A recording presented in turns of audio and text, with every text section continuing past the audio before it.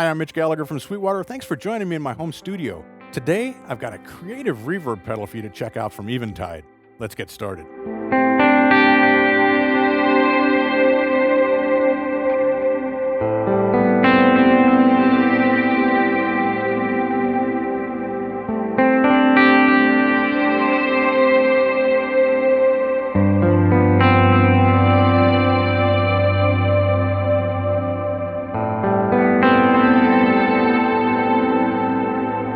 Today we're checking out the Black Hole pedal from Eventide, this pedal right next to me.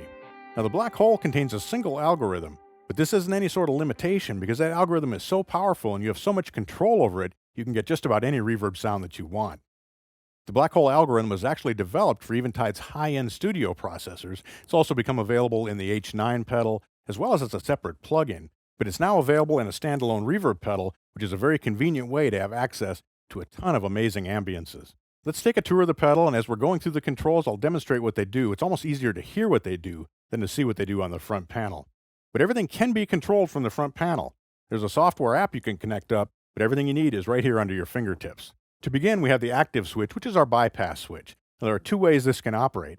It can be a normal bypass switch, where you hit it once to turn the pedal on, hit it again to turn the pedal off, or by turning off this switch, it now becomes a momentary effect, where the effect is only active while you're holding the switch down. On the top of the pedal, we have a mix control, and this sets the blend between the incoming dry guitar signal or instrument signal or studio signal that you're sending through the pedal and the wet signal, so you're blending the reverb with the dry signal. There's also a dry kill mode with this pedal, where only the wet signal comes through, and you'd use this if you had this in, say, an effect send and return in a mixing console, and in that case, the mix control becomes an effect level control. An important control is the size control, and this sets the size of the imaginary room or space that you're creating using the pedal. And it can be everything from a small room to a huge ambience. So if we turn this control all the way down, we get a very small room. And as we turn this up,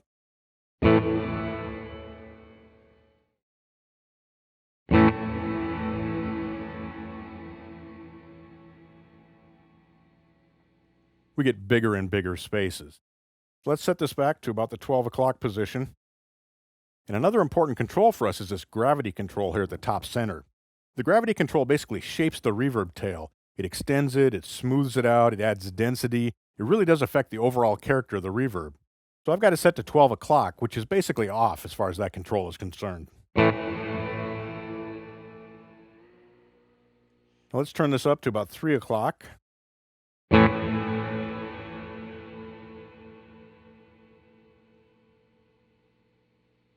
And all the way up.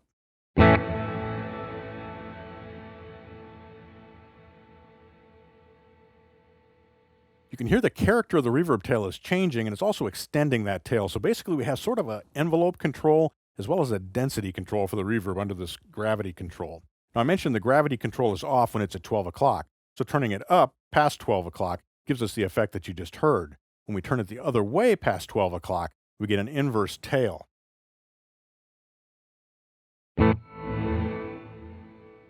And again, as we change that,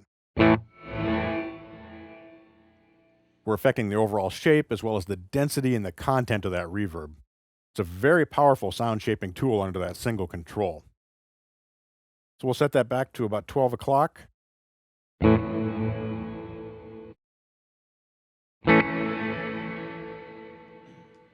We have a control here that's very interesting, and that's the feedback control. But this actually brings up another point. There are two layers of parameters available under the knobs of the front panel. So let's go back to a very small room.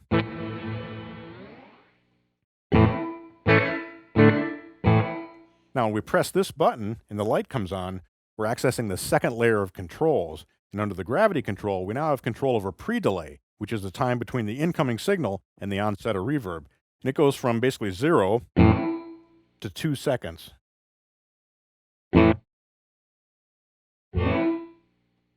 So let's set this back here. Now if we go back to our main controls, the first layer, as we turn up the feedback control, we'll hear that pre-delay operating almost like a delay effect.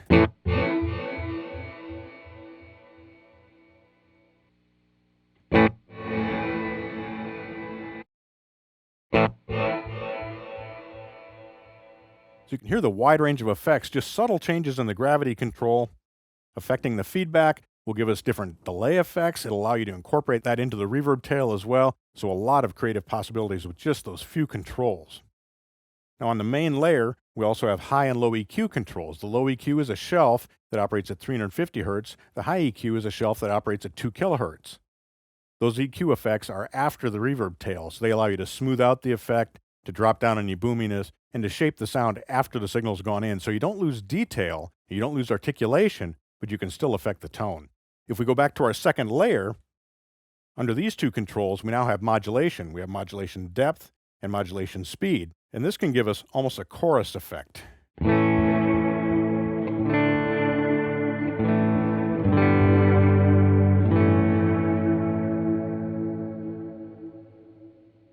It has a lot of richness, a lot of motion to the reverb tail. The final control on this layer is the output control, and this sets the overall output level for the pedal. We have two more possibilities lurking under the feedback control, though. If we turn that control all the way up, we'll get a freeze effect.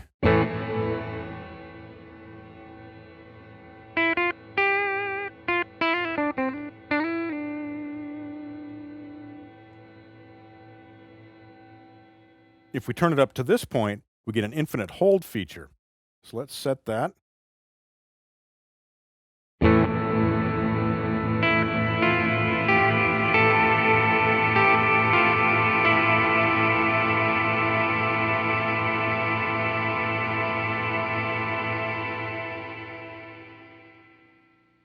The difference is with the freeze effect, the reverb tail is sustained, and then you can play over the top of it using your dry signal.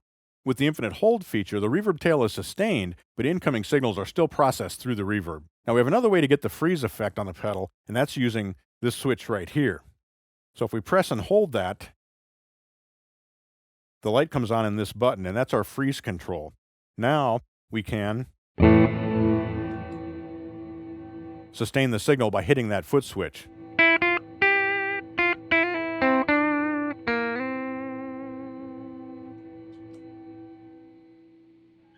This switch can also be used to step through the 5 presets that are available on the front panel. So if we press and hold that again, the light goes off. Now as we press this switch, you'll see that we step through the presets, and then we hit the active switch to load each preset. So we've got 1, 2.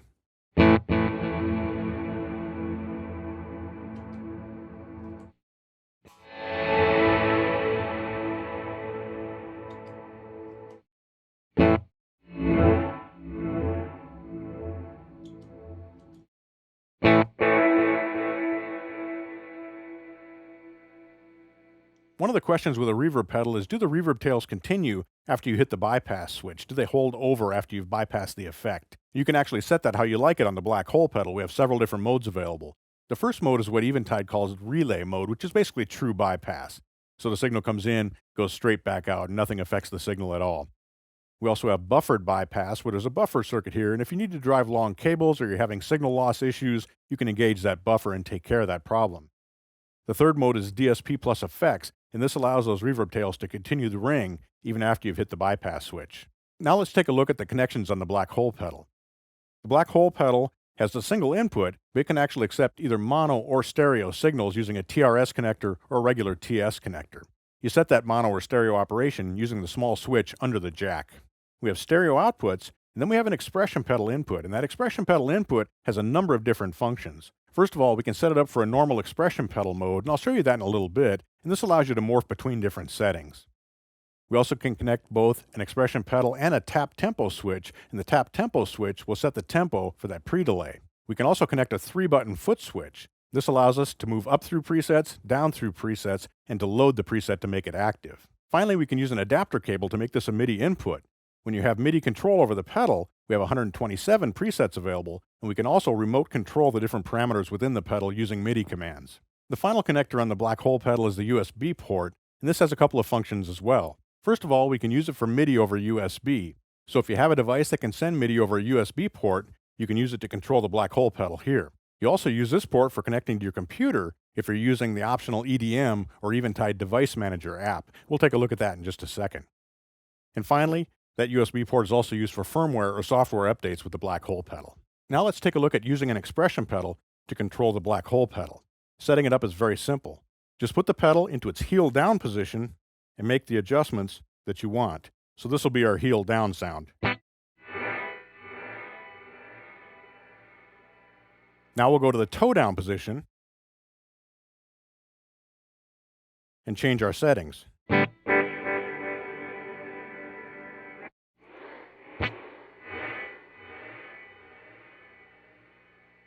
So heel down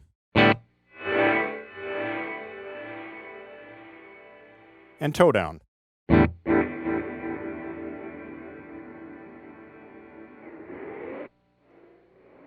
We can assign as many parameters as we want to the expression pedal and change them all simultaneously.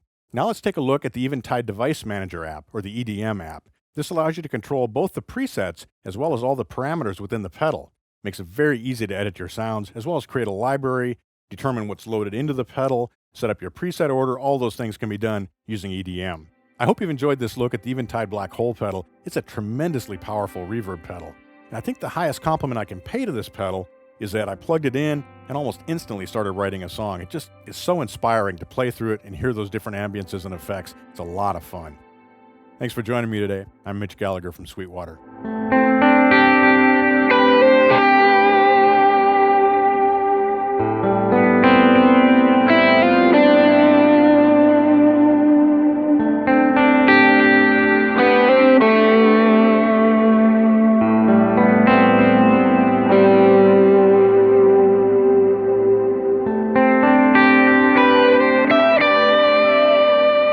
Thanks for watching. Be sure to like, comment, and subscribe.